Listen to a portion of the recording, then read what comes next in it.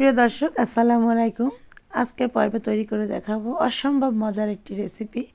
আর এই রেসিপিটি কিন্তু এভাবে করে খেলে আপনি সারা জীবন এর স্বাদটা ভুলতে পারবেন না। এটা যে খেতে এতটা মজা, যখন করে খাবেন তখন বুঝতে পারবেন আসলে এটা কতটা মজার হতে পারে। তো আজকে আমি এখানে ভেটকি মাছ পাতলা ঝোল করে দেখাবো, আর এর থেকে সুস্বাদু আর কিছু হতে পারে না। তো আমি এখানে দেখুন বড় সাইজের ভেটকি মাছ নিয়ে নিয়েছি। এই মাছটা কিন্তু অনেক বড় সাইজের মাছটা ছিল। আর ভেটকি মাছের এই পিঠের মাছগুলো বিশেষ করে রান্না করলে বেশি খেতে ভালো লাগে, যার জন্য আমি কিন্তু এখানে সমস্ত পিঠের মাছগুলো নিয়ে নিয়েছি। আর এই মাছগুলো কিন্তু একটু নরম প্রকৃতির মাছ হয়ে থাকে, এগুলো নাড়াচাড়া আস্তে আস্তে করতে হয় আর রান্না করতে হয় খুবই আলতোভাবে। তো আজকে আমি সেটা আপনাদের সঙ্গে শেয়ার করব। তো মাছটা রান্না করার জন্য দেখুন এখানে 3টা এলাচ, ছোটো একটা দারচিনি, এখানে দুইটা রসুন, 4টা পেঁয়াজ আর কিছু কাঁচা পাকা কাঁচামরিচ নিয়ে নিয়েছি। এটাকে আমি সম্পূর্ণ ব্লেন্ড করে নিব। তো রেসিপিটি ভালো লাগলে অবশ্যই একটি লাইক, কমেন্ট, শেয়ার করে চ্যানেলটিকে সাবস্ক্রাইব করে পাশে থাকবেন। তো আমি রান্না করার জন্য প্রথমে কড়াইতে তেল দিয়ে দিলাম। আর এসব রান্না করতে গেলে একটু তেলের পরিমাণটা একটু বেশি দিলে কিন্তু এই রান্নাগুলো খেতে একটু মুখরোচক হয়। তো আমি যতটুকু তেল দিয়েছিলাম তেলটা ঠিক ছিল। দিয়ে তেলটা বেশ ভালোভাবে গরম হয়ে যাবে, তারপরে আমি এখানে দেখুন যে মশলাটা আমি ব্লেন্ড করে নিয়েছি সেই মশলাটাকে আমি প্রথমে তেলের উপরে দিয়ে দিলাম।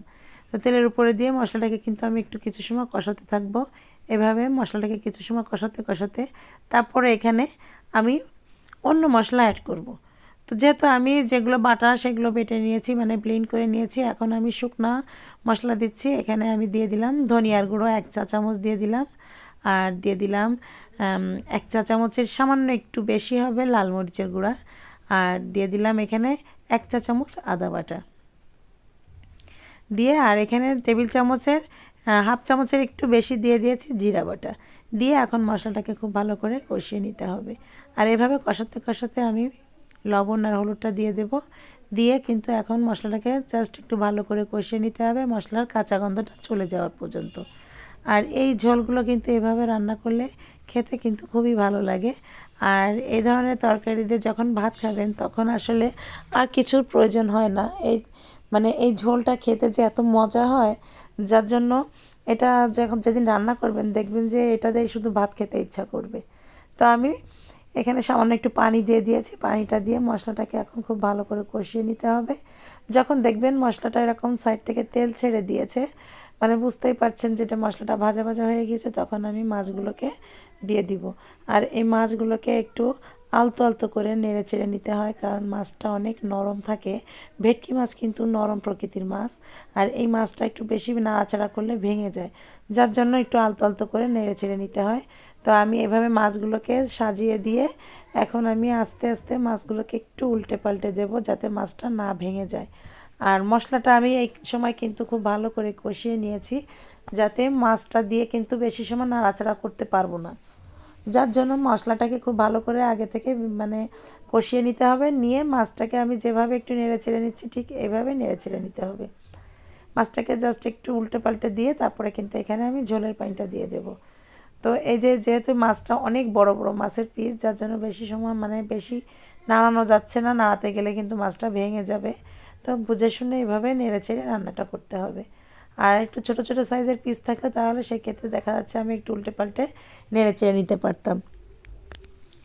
তো এখন আমি ঝোলের পানিটা দিয়ে দিয়েছি, দিয়ে একটু ভালো করে মাছগুলো সাজিয়ে গুছিয়ে দিয়ে এভাবে বলকে মানে আসার জন্য অপেক্ষা করব। একটু ঢাকা দিয়ে মাছটাকে এভাবে এখন রান্না করে নিতে হবে। মাছটা রান্না করা খুবই সহজ। আর যে যে মশলাগুলো অ্যাড করেছি এই মশলাগুলো দিলে এই মাছটা এভাবে খেতে খুব ভালো লাগে। তো দেখুন বলক এসে গিয়েছে, এভাবে এখন শুধু জাল করে নিতে হবে, মাঝে মাঝে একটু হালকা করে নেড়ে চেড়ে দিতে হবে যাতে তলা থেকে লেগে না যায়। আর এই ঝোলটা কিন্তু হয়ে গিয়েছে। এভাবে কড়াইটা ধরে আমি একটু নেড়ে চেড়ে দেবো যাতে মাছটা তলা থেকে না লেগে যেতে পারে। আর ঝোলটা আপনারা যে যেমন খেতে পছন্দ করবেন ঠিক সেইভাবে রাখবেন। একটু পাতলা পাতলা ঝোল হলে এটা খেতে ভালো লাগে। তো আমি এটা কিন্তু একদম ভোনা ভোনা টাইপেরও করব না, একদম বেশি ঝোলও রাখবো না, যতটুকু রেখেছি ঠিক এই পর্যায়ে আসলে তারপরে কিন্তু আমি মানে মাছটাকে নামিয়ে নেব। তো দেখতেই পাচ্ছেন কত সুন্দর একটা কালার হয়েছে। আর দেখতে যত সুন্দর লেগেছে এটা খেতে কিন্তু দারুণ মজা। ঝোলটা কিন্তু আমার হয়ে গিয়েছে, ঠিক এই পর্যায়ে আমি নামিয়ে নেব। আর এই মাছটা কিন্তু এভাবে কাঁচা মাছ রান্না করলে বেশি ভালো লাগে। এই মাছটা ভেজে রান্না করলে কিন্তু অতটা ভালো লাগে না। এটা যখন রান্না করবেন তখন বুঝতে পারবেন যখন খাবেন। তো মাছটাকে আমি নামিয়ে নিয়েছি এরকম গরম গরম অবস্থায়। গরম ভাতের সঙ্গে খাবেন, দেখবেন যে কি মনে হবে যে অমৃত খাচ্ছি, এতটাই ভালো লাগবে। আর এরকম পাতলা ঝোল দিয়ে সাদা ভাত খেতে যে কি মজা। যারা এ ধরনের মানে ঝোল তরকারি পছন্দ করেন তারা অবশ্যই বাসায় এভাবে ট্রাই করবেন, দেখবেন আপনার সেদিন খাওয়াটা এতটা জমবে সেটা আপনি নিজেও বুঝতে পারবেন না। তো রেসিপিটি ভালো লাগলে অবশ্যই একটি লাইক, কমেন্ট, শেয়ার এবং চ্যানেলটিকে সাবস্ক্রাইব করবেন। পাশে থাকা বেল আইকনটি ক্লিক করবেন যাতে আপনি আমার নতুন ভিডিওর নোটিফিকেশন সবার আগে পেয়ে যান। সবাই ভালো থাকবেন, সুস্থ থাকবেন। আল্লাহ হাফেজ।